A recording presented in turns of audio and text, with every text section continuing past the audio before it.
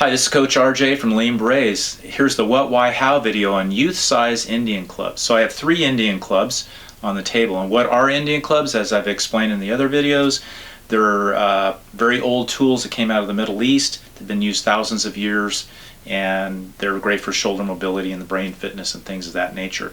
But this particular video is going to address specifically the youth size Indian clubs. This is actually a vintage club, and it's only about half a pound, so this would have been over 100 years old.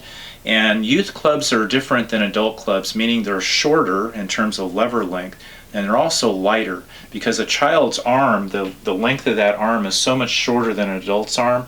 The physics of Indian clubs is pretty intense, as I explained in other videos, so you don't want to put even a 1-pound club on the end of a child's arm. Their shoulders just aren't strong enough to handle that, and the quality won't be there, nor will the safety. So that's an example of what the smaller clubs look like. But these 2 clubs are being made today by American companies, family-owned companies. This particular club in the center is 3/4 of a pound. I helped design it in association with Revolution Clubs in Texas, based off some classical drawings I had in my collection.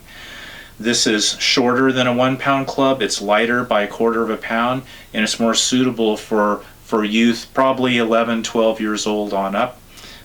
Even 10-year-old children could struggle a little bit, although they could choke up slightly.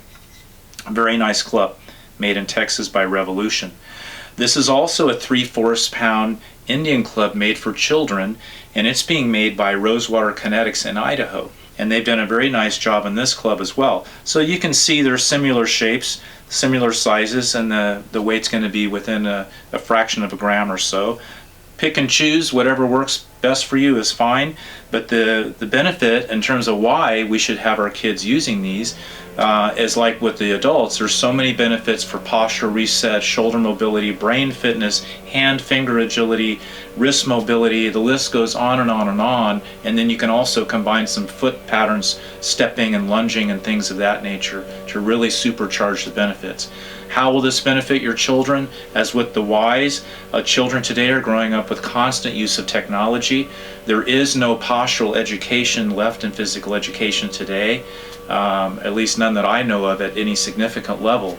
So being able to teach your children these types of lifelong tools has a lot of value. And no matter what sport they're doing, sports don't teach overall general movement skills for the human body. I mean, really, it's more sport specific. So the idea, if you're going to throw a baseball all the time, great, but let's do something to restore the shoulder outside of a throwing motion. And these tools use circular patterns and 3-dimensional patterns and multiple types of circles, not just one motion over and over and over. So that's a little bit about the what, why, how. What, these are specifically youth Indian clubs. Why we're using them, posture, brain, many other fitness benefits as well. How will they benefit your kids? They're going to grow up with a chance to be pain-free in their shoulders and also optimize brain function by using these handheld tools from classical physical education and fitness.